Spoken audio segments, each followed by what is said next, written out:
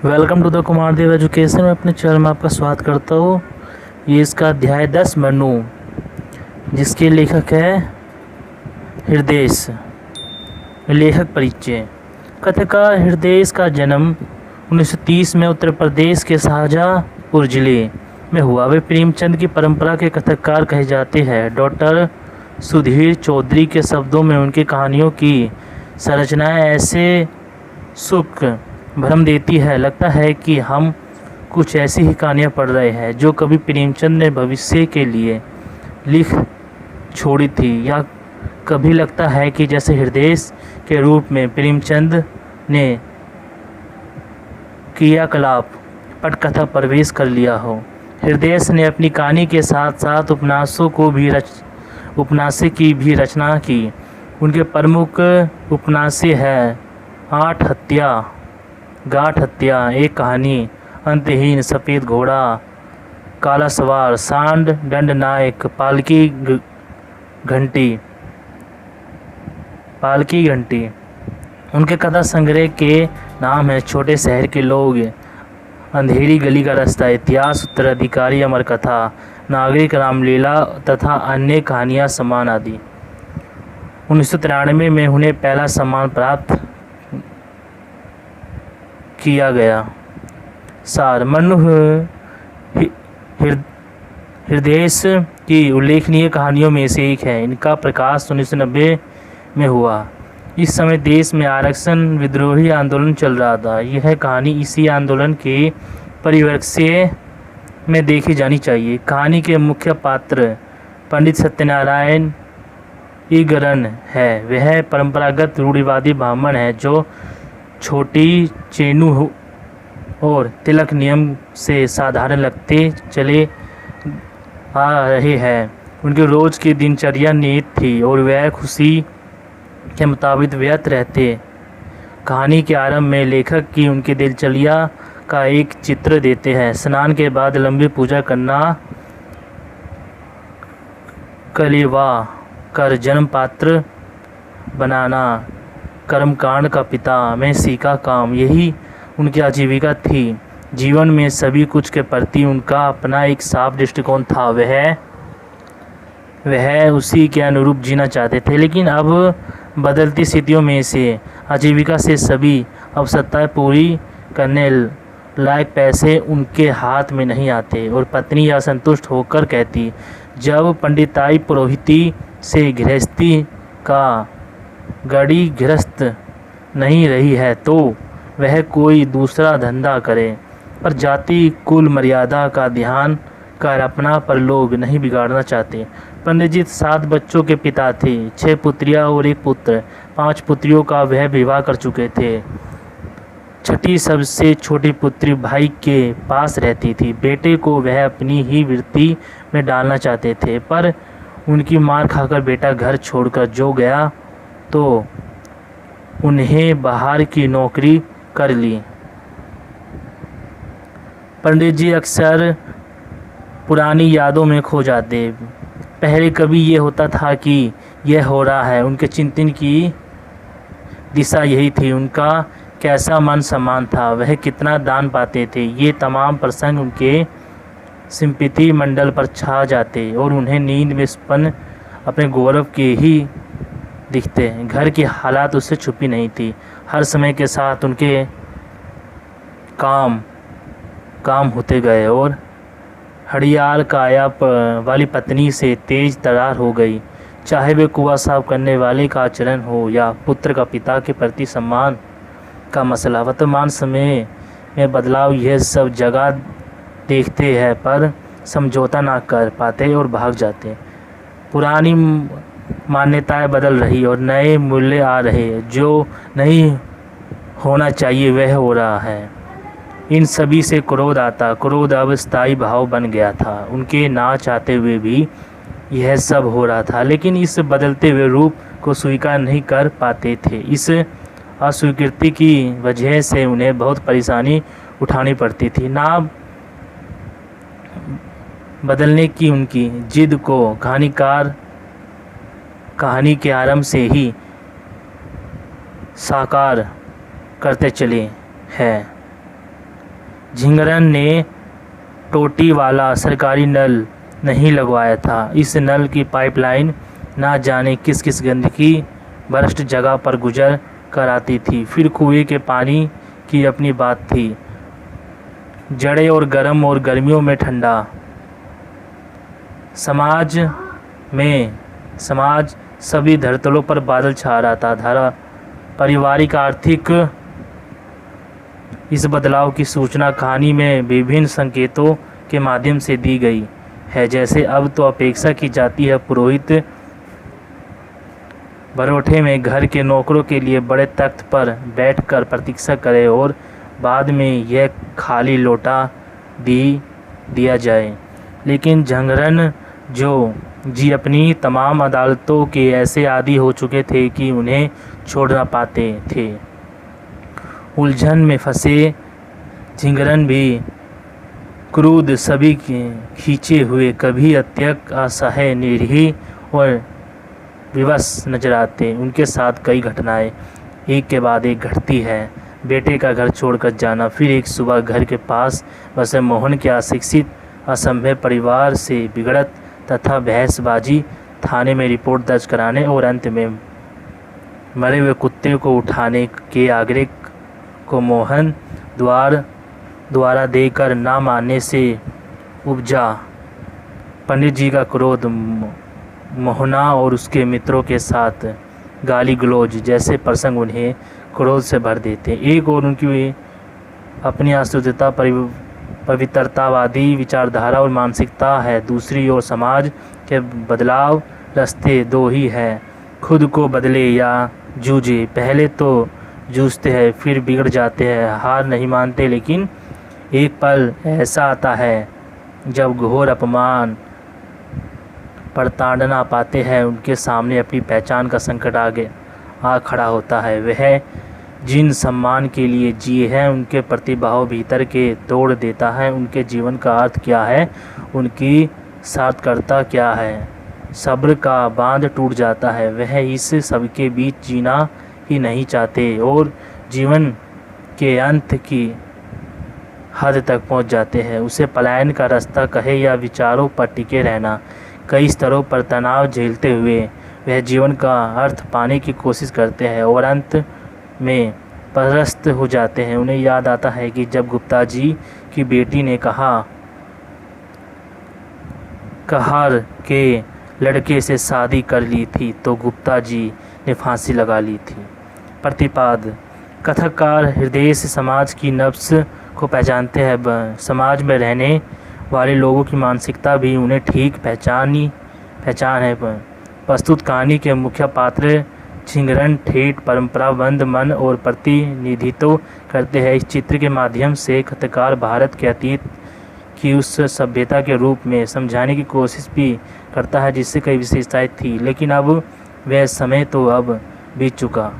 अब जीवन का जो कटु सत्य सामने है उसमें जीवन सफल नहीं लगता। पंडित झंगरन को दिशा नहीं मिलती, सब और उसे मिलने वाला अपेक्षा भाव उन्हें अंधकार में ढकेल देता है। सच तो यह है कि नए वातावरण में अनुरूप अपने को ढाले बिना काम चलने वाला नहीं है, पर कथानायक आज भी उसी मन स्थिति में विद्यमान है। झिंगरन बदलती परिस्थितियों की वास्तविकता को स्वीकार नहीं पाते, इस हद तक पहुंच जाते हैं कि समाप्त कर देते हैं, यह कहकर मानो विदा लेते हैं। जमाना बदल गया है, जिन लोगों के लिए बदला है अब वही जिए। जाति प्रथा का विचार मुक्त नहीं होने देते, इसी बद्ध अवधारणा से उन्हें रहने के कारण अपसाहा का पात्र बनते हैं। वर्तमान में लोकतांत्रिक ढांचे में ऐसी घिसी पिटी मान्यताओं के लिए कोई स्थान नहीं बचा है। इन्हें अपनाए रखने वाला अलग थलग पड़ जाने को बांधे है, कोई उसका सहयोग ना करे, किसी को उसकी सहानुभूति ना होगी। इस गलत मानसिकता को बदले बिना आँख मूंद कर परंपरा का बिगलू बनने रहना व्यर्थ है। इस तरह के आचरण से हासिल कुछ भी नहीं, नुकसान बहुत है। यही इस कहानी का प्रतिपाद है। अपने ही हाथों जीवन को कुछ नुकसान झिंगरन कि जी ने किया उसकी भरपाई कोई भी नहीं कर पाएगा। यही कथा का छिपा हुआ अर्थ है। ये देखो, ये ब्लैक डॉट ज़्यादा है, मतलब इसका बताया, कहानी का बताया। यद्यपि लेखक अपनी ओर से इस तरह अपनी पूरी करता है और कई निष्कर्ष भी नहीं देता, किंतु कहानी में निहित व्यंग की भूमिका अपने आप में स्पष्ट है। जीवन की विसंग जटिलता कहानी को विडंबनापूर्ण परिणति की ओर ले जाती है। कहानी की अंतिम पंक्तियाँ इस समूचे प्रसंग को मानो अपने आने वाले समय की पृष्ठभूमि के रूप में प्रस्तुत करती है। ये पाठक की समझ का विषय है कि वह किस अर्थ को पाता है। कहानी का शीर्षक इस देश में बहुत पहले से चली आ रही वन व्यवस्था के नियतता की ओर संकेत करता है। इस झिंगरन मनु का ही प्रतिनिधित्व करते हैं। आज भी वह अपने आजीविका के साधन को अपनी चेष्टा का आधार समझते हैं, किंतु जाति अब चेष्टा का एकमात्र आधार रह गई है।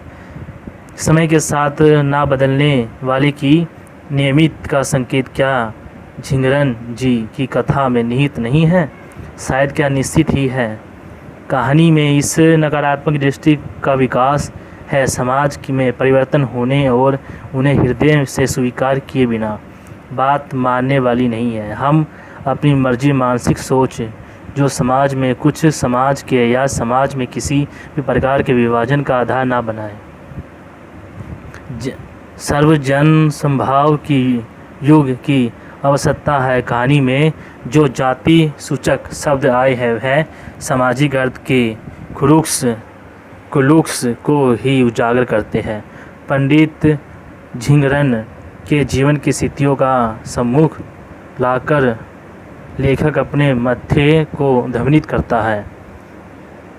शिल्पगत विशेषता है। मनु हिरेश की संभावनापूर्ण एक जीवन रहता है। हृदय की कहानी कला पर विद्वान आलोचक की टिप्पणी है। वह कहानी की एक वाक्सीय प्रतिक्रिया के रूप में परिभाषित करते हैं जो सामाजिक राजनीतिक विद्रूपताओं के प्रति हमें उदासीन न रहने देकर हस्तक्षेप को प्रेरित करता है।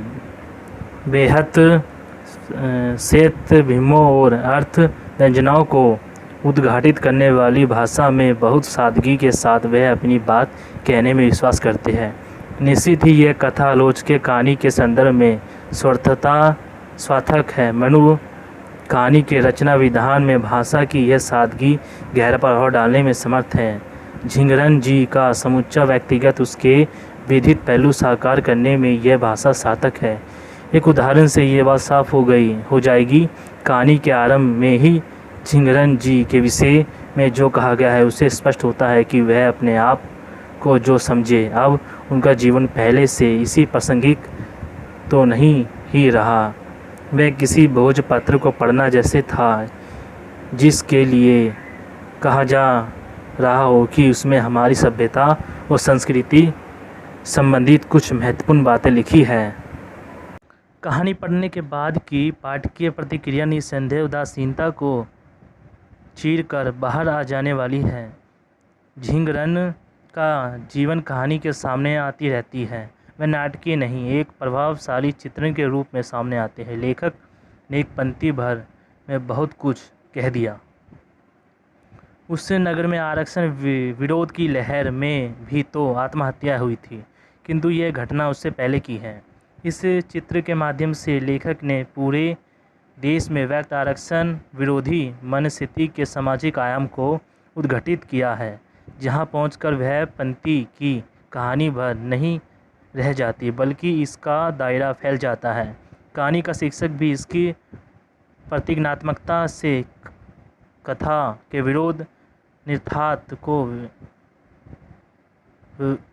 वर्जित करता है। लेखक पूर्ण ग्रह परिवेश निर्मित करने में सफल है।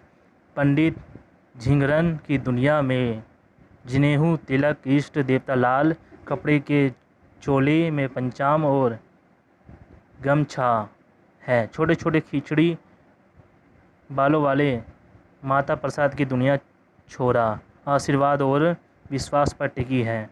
झंगरन के घर पर सत्य छत पर चौड़ी होती दर्ज चौखट से दस्ता बुराद अलमीरी में से मोटे चूहे की गबर खड़र जिद चढ़ी भजनों की पुकारनी कापी से झांकता है। मोहन और उसकी औरत का घर बाहर भी लेखक का जाना पहचाना ही है, जो बिलार हफत जोत पीना गए जैसी अभिव्यक्तियों में साकार होता है। अनपढ़ सिपाही की बोलचाल में कत्ल लहजनी संगीन मसला हवाला जुर्म दफ़ा का बोलबाला है। इस तरह कहानी की भाषा सार्थक प्रभावशाली है और पात्रों के अनुकूल शब्द संरचना विधित पूर्ण और कथाकार को किसी भी भाषा से शब्द लेने में कोई परहेज नहीं है। उदाहरण के लिए इन शब्दों को देखा जा सकता है: उलधेया चोपी पिष्ट बठेरे चास कबूतरिया जानवर सूर्या संगीन